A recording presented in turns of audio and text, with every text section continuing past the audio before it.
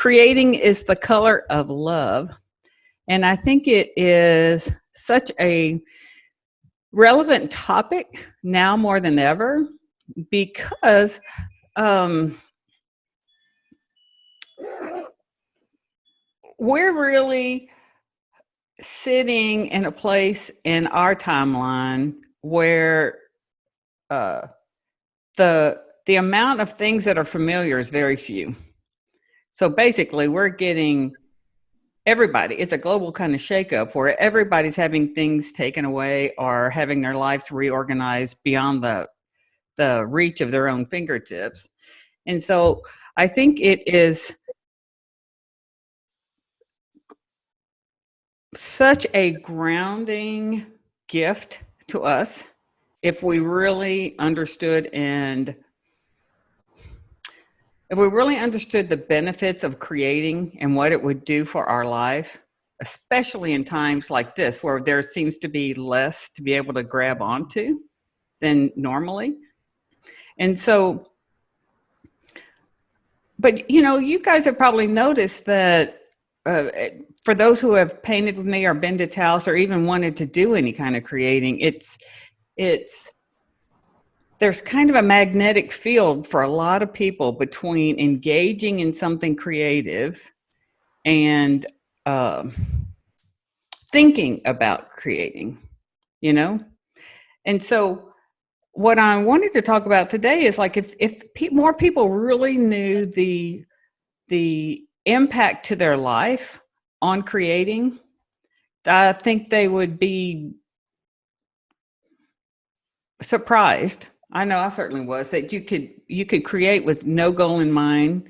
You could create anything, but it's really around consciously creating that it can bring a place of,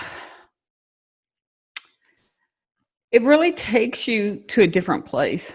And when I say it takes you to a different place, it takes you, what it really does, if we're going to bottom line it and put it to a bullet point, allowing yourself to create anything with no goal in mind, especially with no goal in mind. And it really changes the game if you don't have an outcome you're attached to, is that by working in the direction of creating something, you drop in, you lose the land of the right and the wrong, and you drop into what's really true about you. What's really true about life is that the right and the wrong doesn't exist except in our minds, So, and it feels, and I know you guys have probably experienced that whenever you get around somebody that, you even get a vibe from them that they just love you and accept you for who you are. And the vibe feels so good. The vibe feels so good because they're coming to you from their heart. And what emanates is really they're holding you in a place of non-judgment. And that feels good to kind of even be in the room with. So exploring, creating is the color of love. It is a very, something that's very natural to us. It's very invisible to us, but I try to make it obvious, because if we can bring it consciously forward and say, no, I want to feel more aliveness in my life. I want to feel more verve, or whatever that word is. That to create consciously, it really gives you the knowing that by your conscious engaging in creating, that's what's doing it. It's not just a mood. It's not just a coincidence you feel better. But the more you create, the more you participate with life. That's all creating is. If I had to bottom line it, That's all creating is participating in life and dropping the judgment about it. Now, in our society, it tends to look like creating has to be done with things, like I don't know, like sticks and paint and canvas and make something. And then it gets up for assessment. And then there it goes back out of your heart up into the land of right and wrong, good and bad. And it's like, no. So the gift of creating, when you really notice it, you're doing it naturally. You might be making a meal. You might be making a home. You might be, creating an experience for yourself, for your family, for the pets. I mean, all these little gestures that we go through during the day, creating a cup of coffee. You can do it much more mindfully, I would say. I really like mindless, but I'm trying to make something invisible visible, but I don't want it to be mindful. I really want it to be mindless. So you do it more naturally with less right and wrong on it. And so like in this time where we have so much uncertainty kind of bombarding us, we talked on a previous webinar about all this input we get. We get so barraged with input, and in our innocence, we don't see that it's not that helpful to our immediate circle of life, like where you're sitting right now. It's great to be informed, but you could take a eighth of a teaspoon and be just fine versus submerging in a tank of it. So if we really want to find that place inside of us that is peaceful, find that place inside of us that is free of judgment, free of right and wrong, good and bad, I want you to really consider consciously creating. Because when you consciously create, you have to slow down to the speed of life. You can't play it out in your head. The world of form, not to sound woo-woo, but the world of form, it takes time to fold a piece of paper. It takes time to sharpen a pencil, whatever it is. But it in that slowing down and syncing up with the speed of life, engaging life at the speed of life, your mind has to come back to track you. And that feels good. Because we play it out in our head all the time. We just think we know the outcome of something. We think we know the outcome of a project. We certainly assess that it's either going to be hard or not hard, fun or not fun. There's a point to it. There's not a point to it. That was always my favorite question. What's the point? What's the point? What's the point? Well, I see so much that the point is there's so many points. I'm even having a hard time putting them all in this conversation because it anchors you to the truth of who you are, which is peaceful and free of right and wrong, good and bad. It anchors you in your wholeness. It requires you to get out of your head and drop into your heart, or right and wrong, good and bad just doesn't exist. It requires you to slow down and move at the speed of life. It requires you to engage, take action, participate in life versus playing it out in the mind. It's a requirement of you to participate, not think about it, not play it out, but really engage.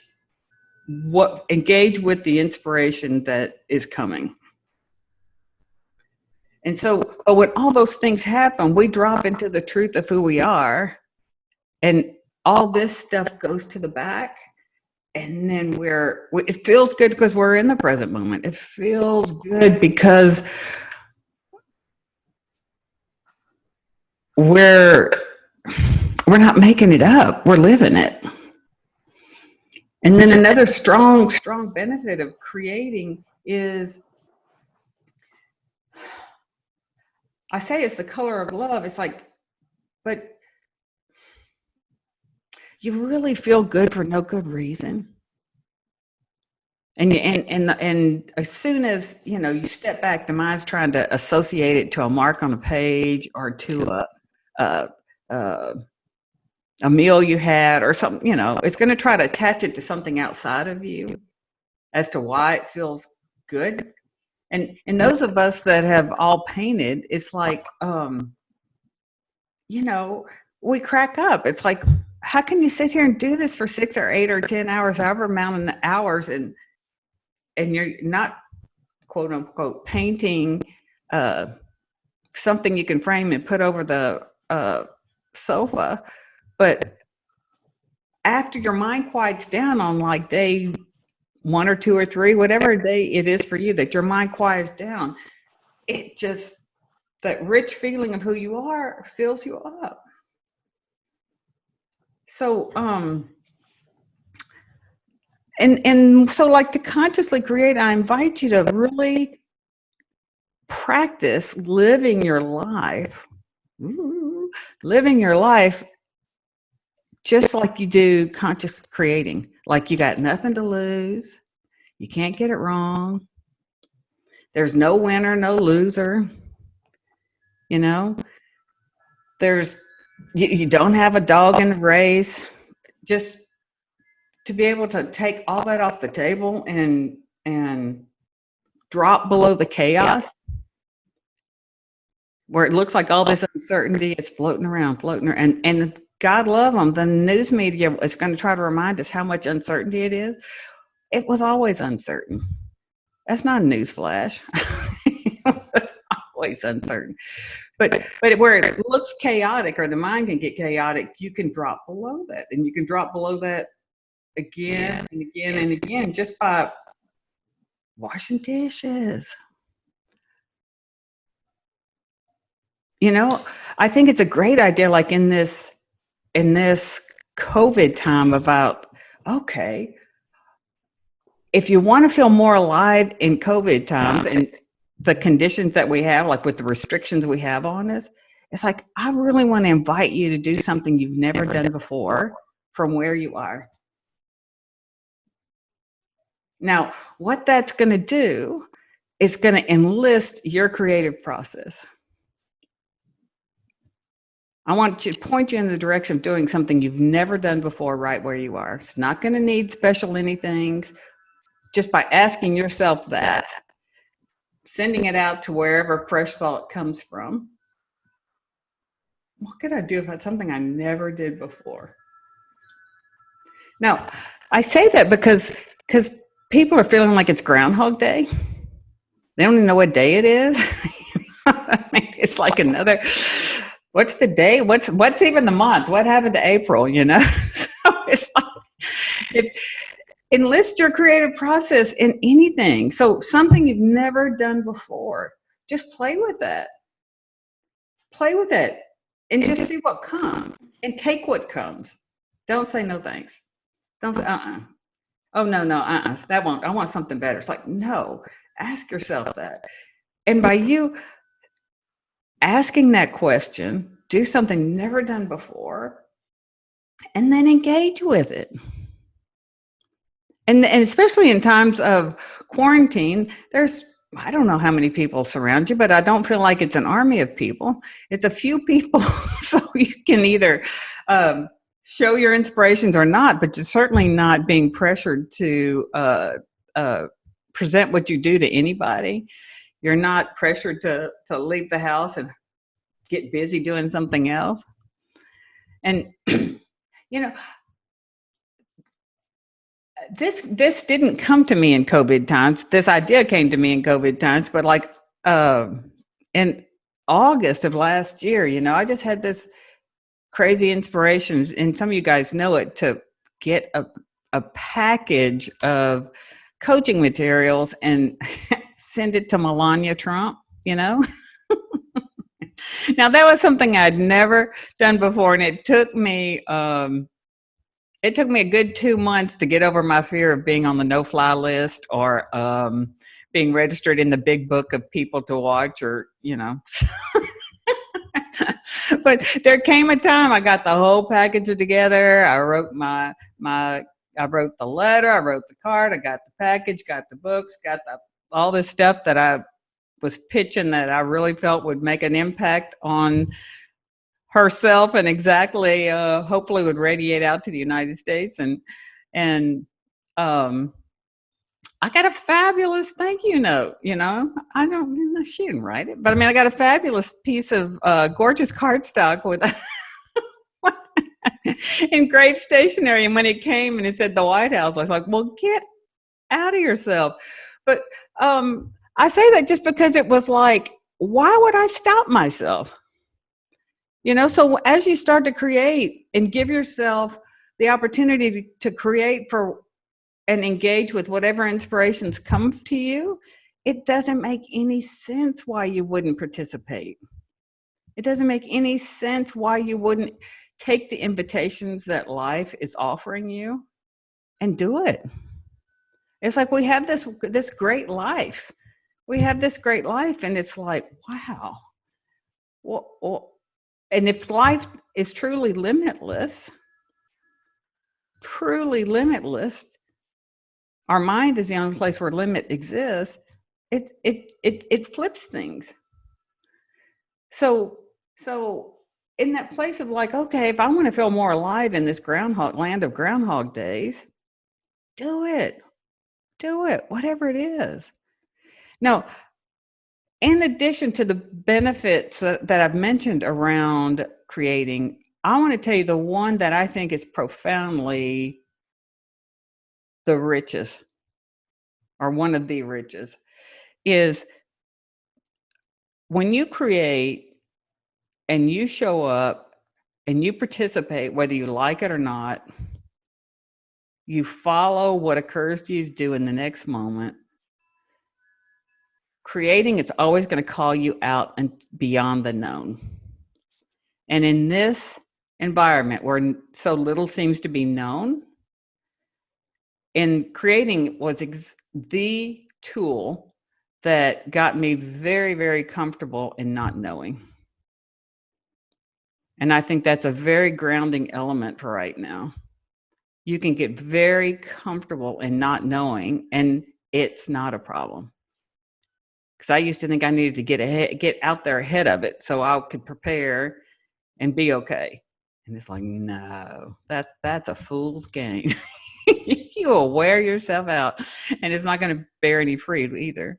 But creating with no goal in mind, engaging, not needing to like it, not needing to show anybody what it is, not needing to understand it, not needing anything from it except free engagement to participate, it changes your guts on the inside. And moving into the unknown is not frightening because you know something will come. You have proof of a creative process that will give you what you need when you need it, but we don't know that until we've really explored it. Or we wake up to the fact that it's been there all the time. But we kind of, it was invisible to us. We just did it, never looked back. But you can get very comfortable in not knowing because you're like, I'm good if I am good. I'm golden either way. I can't lose because something will come. I don't need to know. You can't know because truly it's a fool's game to think you can know. You can't know because that moment hasn't happened. But if you relax and go, when I do need to know, I'll know. It will come to me. It is a tool and of service to me. And if I'm in this moment versus distracted, you'll be right there. So That to me is one of the greatest gifts of all. Is like, man, it fills your heart going, wait a minute, so much can fall away because you're not worrying about it, or you're not resisting change, or you're not, our mind can erode our confidence. Our mind can erode and create a false sense of capability. And you are more than capable. You're more than talented for anything life would bring to you. Anything. It's only the mind that's going to suggest otherwise. So creating with no goal in mind, I love that. It is a real passion project of mine because it's like you don't know where it's going to take you. And that turns out to be the exciting part. You don't know where it can spit you out because it's going to give you something brand new. Why do we want the same old, and then complain we don't feel more alive? So I want to just kind of pause there to see what you heard, or if you have any questions or anything around creating and the benefits of creating. I'd love to hear from you.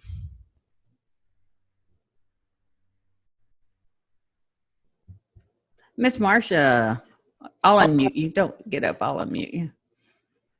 And then Gina, I'll come to you next. I just like the idea of doing something you've never done before. That's really challenging. And it could be really a playful thing, Yeah. because we're surrounded by limitlessness, and we think we're in some sort of limited environment, and we're not. This is the limitation. This is much more of a limitation than our four walls. Last year, I had this life coach that challenged us we had to go to a public place and dance crazily for 30 seconds with music. And I did it. And nobody else in the group did it. And I thought about that. I thought about going stand in the middle of the street and but I've already done that. Yes. Yeah, but there's more. There's more. I mean, really, and to that example, Marsha, like dancing in the middle of the street, it's like, what if you had nothing on it? You'd do it in a heartbeat, and you did it. If I did it naked? No. I thought you said if you had nothing on. Nothing on it. Like, I don't. I already went through the streaking era in the 70s. No, if you didn't feel like, if you had nothing on it, like, it wouldn't, whatever, what I mean? You weren't inhibited. How's that you had, that you couldn't do it. You didn't have any judgment, assessment about not doing it. You just do it. I'm not inhibited anyway. So for me, this is a really big challenge. So I look forward to thinking about it. And kind of let it deliver to you. Kind of look. I love the idea of looking in the direction of what we don't know. Not going back into the closet and moving things around, but really looking in the, like if we're at the piece of paper and it's completely white, we're looking in the direction of the unknown. The vast, limitless unknown.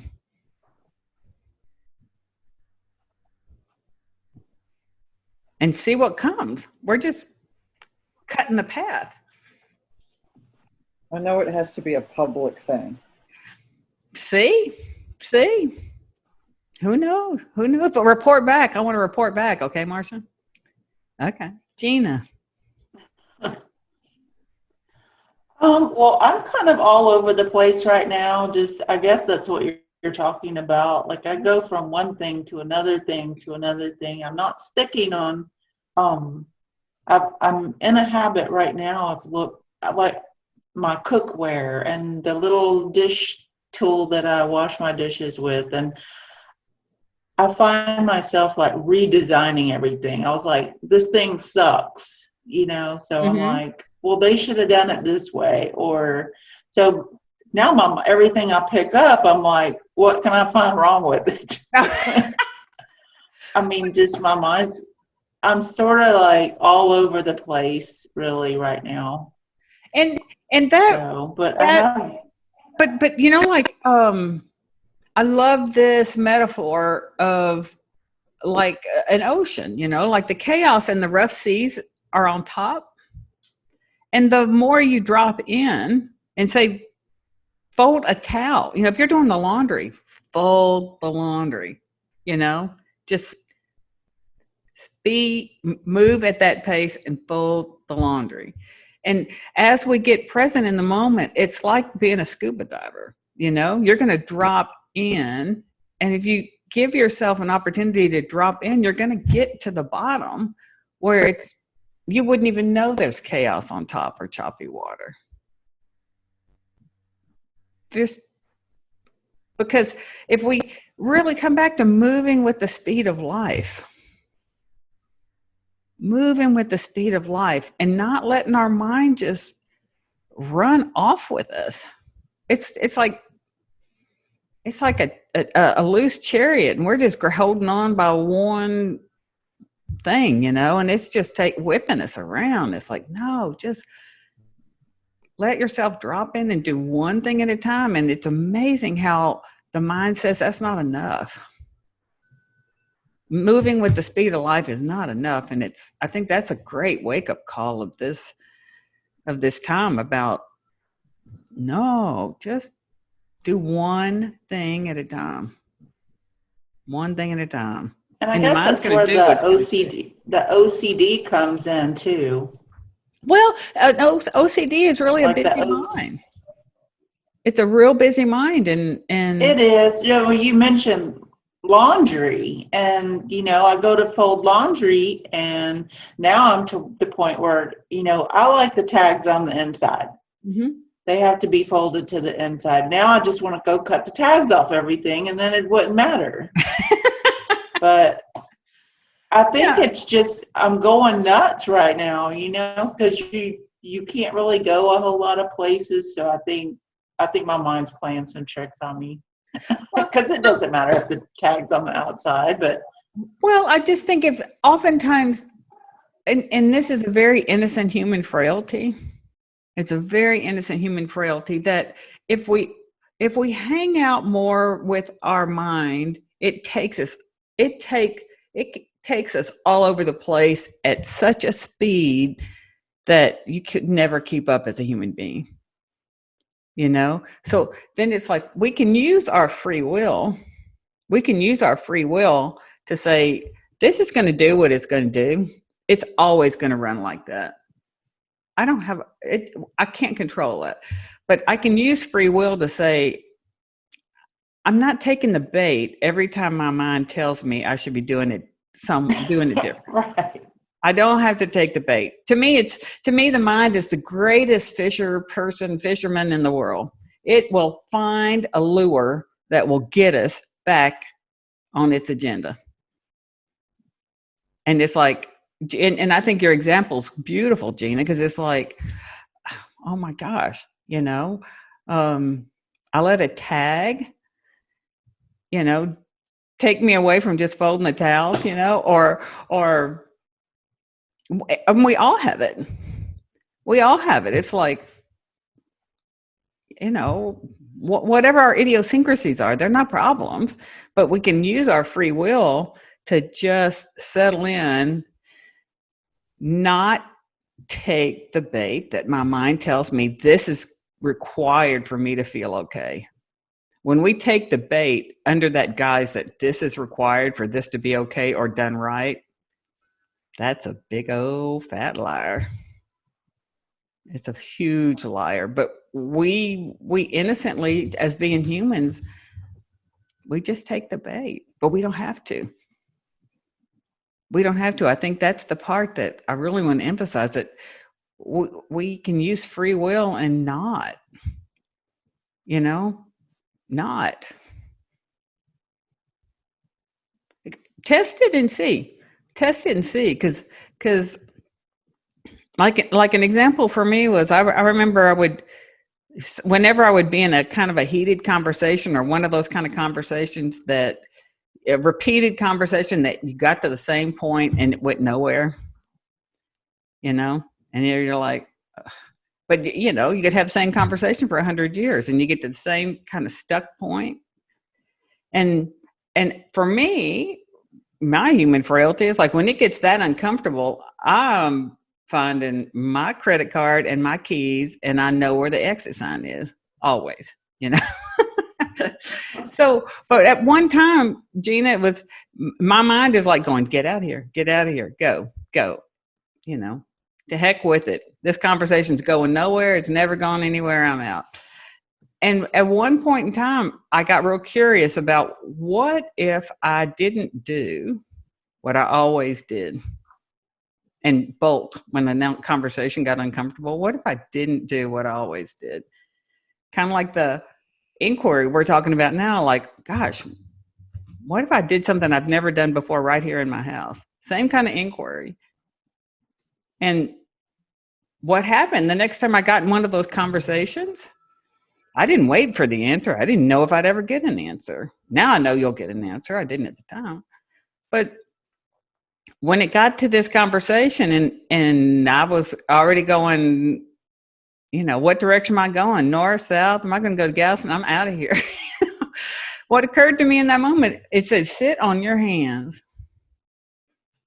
And I just sat on my hands and didn't do what I always did, just get up and leave. And I promise you, it felt like lightning struck my body.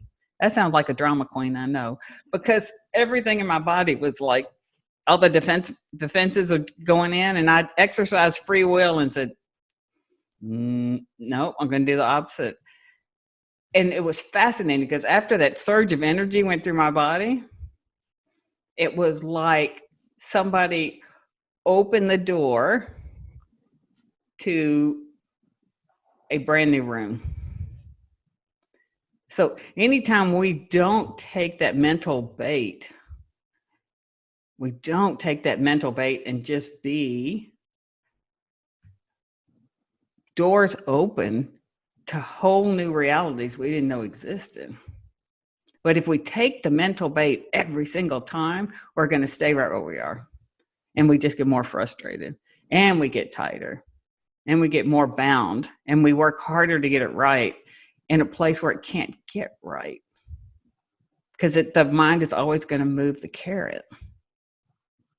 If it's not the this on that, it's going to be something else. Does that make sense? The mind is so clever, and free will is ours. Not to we can't rebuild this machine we live in, but we can work with the machine in a different way.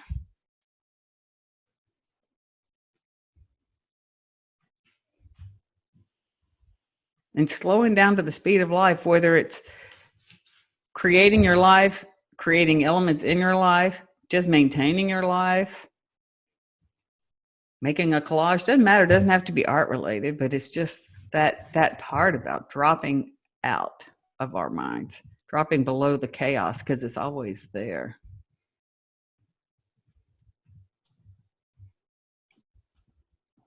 It's worth a try. We can always go back to our old ways, you know. They're always waiting on us. Oh, yeah. Thank you. Thank you, Gina. Janet, did you have your hand up? No. Okay, I thought you did before Gina raised her hand. No, I've taken a few notes, which is when I lean forward, that may be what you saw. Cool. Anybody else have any thoughts on that? I'd love to hear. I will tell you that, just so you know what happened to your mail, your package. I had a son who worked in the White House Office of Correspondence after his freshman year. And a whole fleet of really nice young people and some elderly people, some paid, some not, who go through all of everything, and they're the ones who have to run it through supervisors, but they answer it. And they pick about 10 things a day to actually pass on to the first family. Do they? But I tell you, it was so fun to do because, I pushed the inspiration away for a long time. And then finally I said, well, okay, I gotta walk the talk. I'll engage with it. And then the first thing that came to mind was like, okay, call the White House and see how you'd address the envelope. I was like, okay.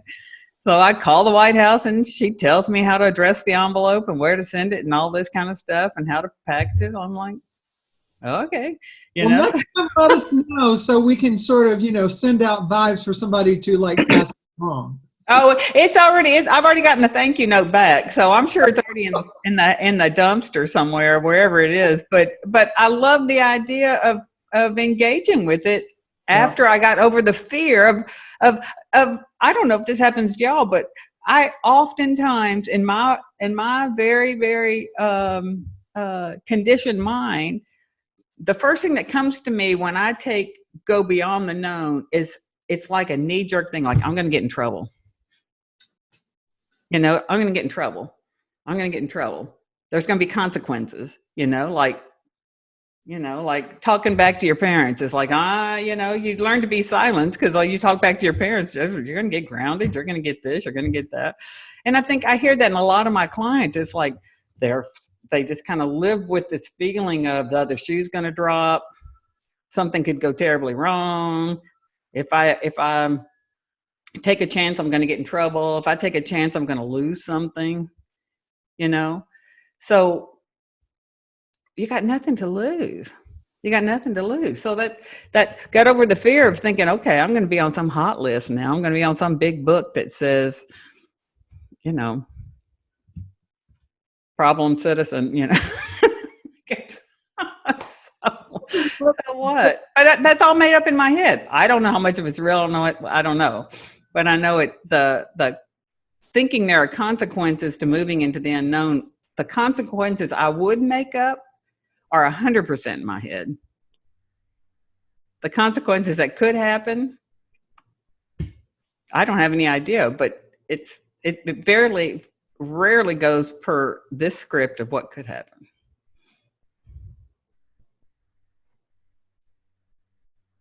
Yes, Janet. So the result, from what you've been saying, that exercise that you use as an example, the fact that you took action and did it was the point. Exactly. And the process of doing it. Exactly. And the only result you're really looking for was not about Melania, but was more about like, what did this do to you? Totally. About just the process. Engaging in life more consciously and freer. Because I think we all get nudges and whispers to engage in life in different ways. And it's to me, well, we're living, and that's creating a life. That is a creative process. It's a live, in the moment life. Because I just look at it now, like the notion of not participating in what comes into your mind is ludicrous. If you think if fear is stopping you, it's ludicrous not to participate.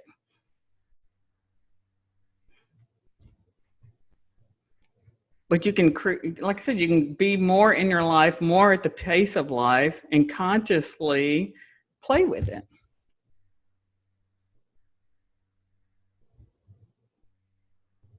Consciously play with it. I think we have this opportunity to wake up, and then wake up some more until we head out the door. Yes, Miss Bobby. This kind of fits into what you're talking about. Well, it does fit into what you're talking about. And I had a dream last night. I don't remember any dream because I just let it go, except for one part of it, because I thought it was so curious. It was in this dream, you were in this dream, and there was a little box that you put, or a little grate, or a little container anyway, open container, that had, you put some, like, it looked like rice checks, except different colors, like rust colors and, that kind of earth tones, I guess. Anyway, and you took this little deal and you set it somewhere where, whatever the objective, I think you were trying to attract some, maybe birds or animals or something. I don't know what it was, but where you put it, I thought, there's no way that that's going to work because they just can't get there. It's impossible. But you were just like all smiley, and you set that little box up there, and you're because you were inspired to. And I just went, wow, So anyway, there you go. That's fun. Yeah. To your point, is like, let people call you crazy. Let people say that'll never work. It's like, okay, get out of my way. I'm still going to do it. Yeah. And who cares if it works or if it doesn't work? Yeah. Good point. Yeah. Who cares? There's no report card in this, because the report card, if there was such a thing, it's when your heart just plumps up because you feel full. You know what I mean? You feel you have a rich feeling inside for no good reason. But I think it's kind of like a way of just kind of showing that our life will naturally feel full and rich the less we let our thoughts dominate us and define us. Hey, Nancy. This kind of fits. It's not creative necessarily, but living in the moment. I was invited yesterday to go up on, or Wednesday, I guess, to go up onto the roof of the 22-story building that I work in to watch the Blue Angels fly over. Yes. And when I got the email invitation, my first reaction is just, oh, no, absolutely not. I can't imagine being up on the roof of a 22-story building. And my fingers went, yes, I'll be there. And then I stayed in the moment the whole time. I set aside my fear of heights. I like told myself there's a railing. You're not going to plummet off the side of the building, Uh-huh. And you had to climb up a mechanical stairwell to get to the roof. It was not like a party roof. This was an old building. There's air conditioning up there, and just small space to stand and watch. And I stayed in the moment the whole time.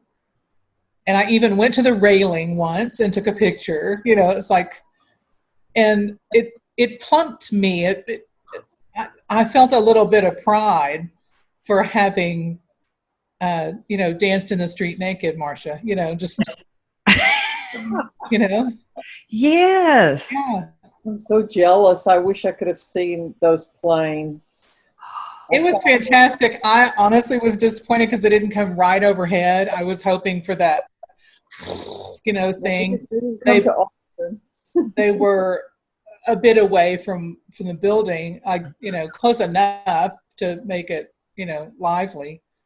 But I thought about, Cherie, you had a whole thing last year about saying yes to things. Mm-hmm. And it didn't occur to me. I mean, seriously, my intent was to say, oh, no, I can't make that, but thanks for the invite.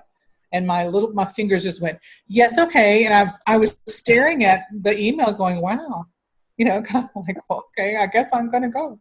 Oh, I love that, Nancy. I love it. Because see, there is a part of us that wants to live more free, Mm-hmm. And it had a crack to run out ahead of you. Punch yes, and you're like, oh, Yeah. Mother of God, what have I done? Yeah, my life went, my little whoever said, well, why not? Why not go do that? What's the worst that can happen? You fall off the building. Well, nobody's going to let you fall off the building. There were a dozen people up there. Nobody was, it was not an unsafe environment, but it was just something I wouldn't have ever agreed to do. I love it. I love that, Nancy, because it's like, can I borrow your example for a second? So if we just say yes, or whatever part of us says yes, I want you, there's, like Nancy said, there's like this feeling of like, now there's no part of except the mind that's going to be going, yeah, but you didn't climb the ladder right, and you should have worn different shoes, and if you had da, da, da, da, da, and if you had, you see what I mean? So the rich feeling is like, I don't care how I got to the roof. Well, something got me to the roof, and you said it was a big experience and you enjoyed it. It didn't matter how it happened, in the sense of there's no report card on it. The feeling of it is like, I did something that I said yes to, something that I can't believe I said yes to. But now there's no downside. Right. Right. And there's no right and wrong. You just get to and be present, like you said, be present to something that's happening in real time. Well, and I was the only one in my head thinking that there was some point against doing it, because there were, like I said, a dozen people up there who were willingly up there, thinking it was no big deal to be milling around the small opening on a commercial roof, you know. Yes, and I love that you shared that typically you have a fear of heights. I mean, that is amazing, that in the presence of our identity that says, no, we have a fear of heights, it it happened anyway. Yeah. And I just love that example. Just love that example. And I just love that. And Gina, can I say, first thing I do when I get towels is I cut those tags off. It's like a rebellion. It's like, what's the point of those tags? You know, I know how to wash towels. I know what store they came from. They're annoying. Get your scissors today and cut those tags off. Yeah, I cut mine off too before I ever wash them. It's like, just get out of my way. Too. I don't even know what y'all are talking about. Tags on towels. I have one towel. Well, for somebody who dances naked in the street, you don't need many, you know. Oh, Nancy, that is so cool. And you will forever have the experience of being up there. No report card, just a rich feeling. And I would say keep pushing at that fear. Anytime you have an opportunity to do something scary, go up on something tall, just keep doing it. Just accept the invitation. That's why I'm to this day, I'm a huge fan of saying yes to life. Have you ever been zip lining? That will really, that's so scary, but it's so fun. What was it? Zip lining. Oh, yeah. They hook you on and you just go. It's really scary. I love zip lining in that. Yeah, I love it. I need for speed, you know. over a canyon. Yeah. Yeah, Costa Rica, I think, is one of the best. But you know, Nancy, I love what you said too. If I can come back to that, circle back to that, about when you got up there, there's a dozen people up here that did not hold in their mind the same thing I held in my mind. Mm-hmm. That, I think, is so significant, you know, where it's like to get onto the mind's game that says, what else is out there besides what I'm making up about this? Because there's got to be other facets to everything than just how I'm seeing it, you know? And I think that's a way to loosen the grip of what our mind suggests. Is like, you know, the way I'm seeing it, it can't be the only way it can be seen. Because you look around and people operate completely differently, doing the same thing. And we go, oh, who knew you could do that? And then we get angry because we're like, we didn't realize it was our mind that was stopping us. That was the only thing that was stopping us. They don't even possess the same set of content in their head that I do, and they're going on with life. They have other content, but just, you know, we don't all carry the same content. Mm-hmm. That's so cool, Nancy. That is so cool. Anybody else have anything they'd like to share or mention or anything like that?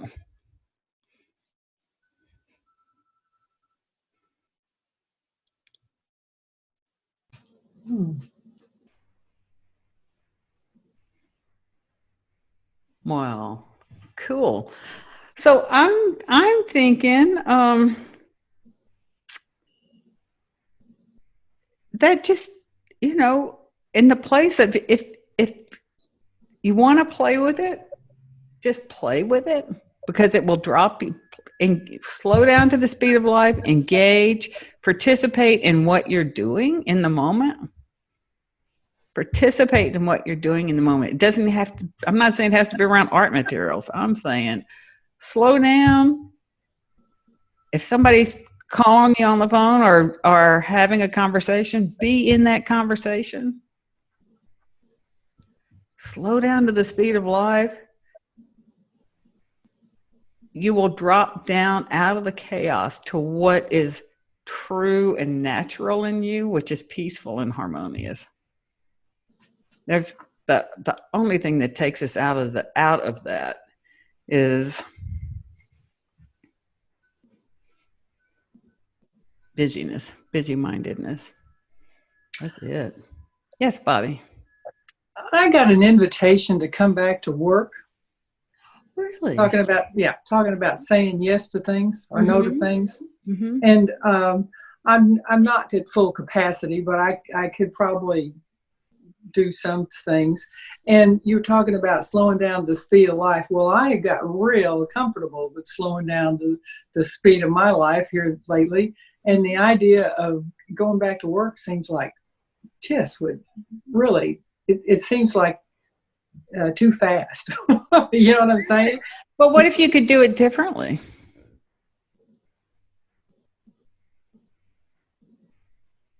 Well, I'd consider that, but it just seems like re-entry is going to be different. You know, I've got a different perspective. Mm-hmm. You know, that based on the fact that, you know, I've been home so long and not working so long. Mm-hmm. And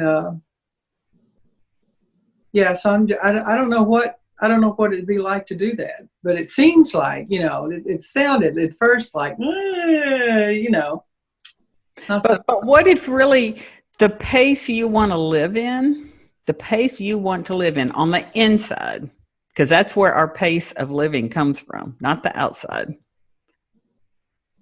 That's a way to really ground your pace of living, regardless of what you do. You know, when you say that, what comes to mind is, well, you know what? That's going to be too slow for the real world, for the outside world, for a work world. Don't know that. I mean, I thought I was pretty slow before. I don't know. But you see that's all made up. That's all a report card made up by this. Your employer hasn't told you that. Has he? No. Okay. So that's the step I'm talking about, just getting onto, going, all that's made up. You can move through life at your pace. It doesn't matter what we do. It doesn't matter if it's a job. It doesn't matter what we do. It's like, wait a minute, you can be anchored in your pace. And it can, you know, they'll agree or disagree. Mm-hmm. Sayonara or come on in, you know. Mm-hmm. But it's you taking responsibility for the environment you want to live your life in. You know, that internal environment. Mm-hmm. I don't want to live in an internal environment anymore of always being rushed. Just not going to do it. Now, when I saw that I'm the creator of that rush, mm-hmm. I'm the creator of that rush feeling that I would live under. It's like, oh, I kind of got onto it. Mm-hmm. It's not speed of life in that way. You know what I mean? Life's not dictating the pace that I move, because I've been very fortunate to be around people that move at their own pace no matter what. And it's like, well, who knew you could do that? You know, it's fascinating to me that you can move at your pace. Mm-hmm. And just see that any objection to that is this doing what it does. It's dropping bait, like we were talking about the great fisherman changing lures. Let me get a sparkling bait, and she'll take this one, or the fly fisherman is like, let me get this nice fly. They'll take the bait on that one. Mm-hmm. Like, no, that's why I think these people that we're fortunate enough to bump into in our life that do it so differently wakes us up to how our mind has created our life around us. It's like, no, you get to do work, you get to do life, you get to do relationships at your pace. And just be in those. We skim over them like rocks on a lake sometime. Mm-hmm. What's coming? And now come back to you, Marsha, in 1 second. What's coming, Bobby? Oh, just kind of this little discussion between, can you really do that? Can you really accept slowing down and without being, because I know I'm going to get flack from my mind about it, So what? like you're talking about. Yeah. But yeah, that was what's coming to mind. And you know what I've noticed too, that as we move more at our own pace, like you're talking about, and our mind's trying to say it's slow, but we move at our own pace, efficiency goes through the roof. Mm-hmm. You don't do things twice. You don't mess up things or overlook things like you wouldn't have to go back and redo it. You things get done that you're not even recording are getting done, and then you look around and it's like, nobody's here, but I didn't clean up this kitchen, but how did it get clean? So there's an incredible efficiency about moving at your pace and being present in the moment and just moving at your pace. Yeah, when you say that, it makes me think about the fact that a lot of times when I'm at work, that I'm thinking about what somebody else is thinking about what I'm doing. Exactly.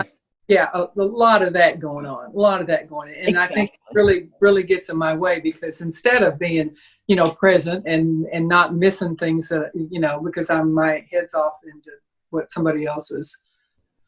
Yeah. Yeah, that's great, Bobby. I mean, it shows you how much of your bandwidth is wasted on what do they think about how I'm doing this, and less of me is doing it.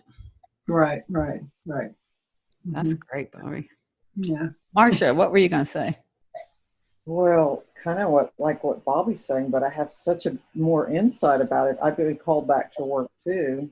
I work for Travis County Elections, and this 2 months of sitting at home, I mean, I just knit, go on walks, watch a movie. I do like two to four Zoom meetings a day. With a 12-step program I belong to. And I can't wait to do those every night. I mean, but the work thing, like when I work, I am like driven, and I like to be the fastest one. Like I want to be the first one out of the gate in my box truck with my equipment.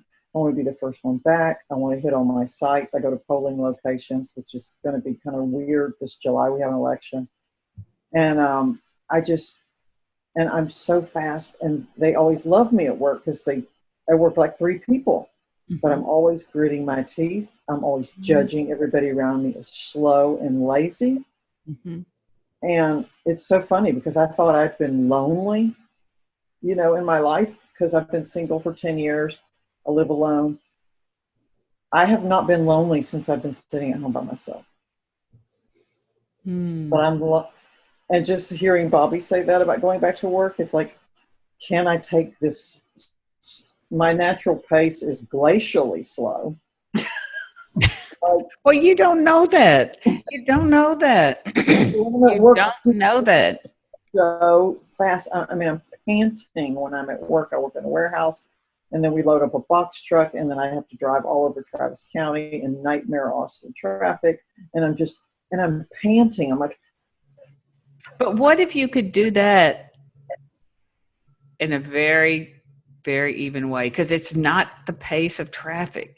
It's not the pace of Austin. It is the pace of Marsha's mind in those circumstances. It does, and when I work when I do a minimum wage job, I still work like this. And what I'm doing is I'm judging everybody else as slow and lazy. Mm-hmm. It's really kind of amazing. I mean, I'm going to be 60 years old this year, and I've been working ever since I'm 16 years old. My first job was at Astro World. Oh, really? Really? But I love what you're showing, Marsha. It's like you can see how busy your mind gets in a work environment about others. Bobby's mind gets busy in a work environment about the work she's doing. We can get on to how busy our mind gets at any point in time. And that's all that's going on. Oh, 1:00. Well, I don't want to be one of those lazy people at work. Yeah, right. Try it. I want to stand out. Try it. Janet, yes. Just Thank you, quick Mark. comment. Thank you, Bobby, for bringing that up. Yeah. That really opened my head. I liked your response, Cherie, because that's really interesting. Like, okay, so what would happen if you just started working at your own pace and waited to see what the response was? That's really, yeah. I think what's the song lyric? Watching you, watching me. Oh, yes, exactly. You know? Exactly. That's a good one. I really do like what you said, Bobby, because that's incredible. And I keep reading so much right now. I know we have to get off, but about how many people and in all different levels and areas right now are wondering, wait a minute, when things go back, maybe we don't want to let go of the good stuff that's happened here and the different experience that this has generated, Mm-hmm. whether you're talking about clean air or whatever. Whatever. Maybe we want to take some lessons from this and change how we do things. And maybe that's really on offer to do it all differently, to how it makes sense to you today. I don't think it makes sense to withdraw from life, but I'm saying take the good stuff that says, wait a minute, what if I have a chance to do it all differently? It's made up. I have to do anything somebody else's way where we're sitting right now. You know what I mean? And you can evaluate the feedback as it comes, is what I hear you saying. Totally. But It's all made up until we get feedback. It's all made up. You know what I mean? It's all made up until it happens in real time in real life. It's all made up. I don't think I would go any slower or any faster. I mean, if I was standing on the outside watching, Right. it would just be how I thought about it and how many mistakes I made because I wasn't present. Well, you'd go about it, hopefully go about it in the same way with less on your mind. Yes, exactly. And that feels good. Yeah, that's so legitimate. Mm-hmm. Yeah.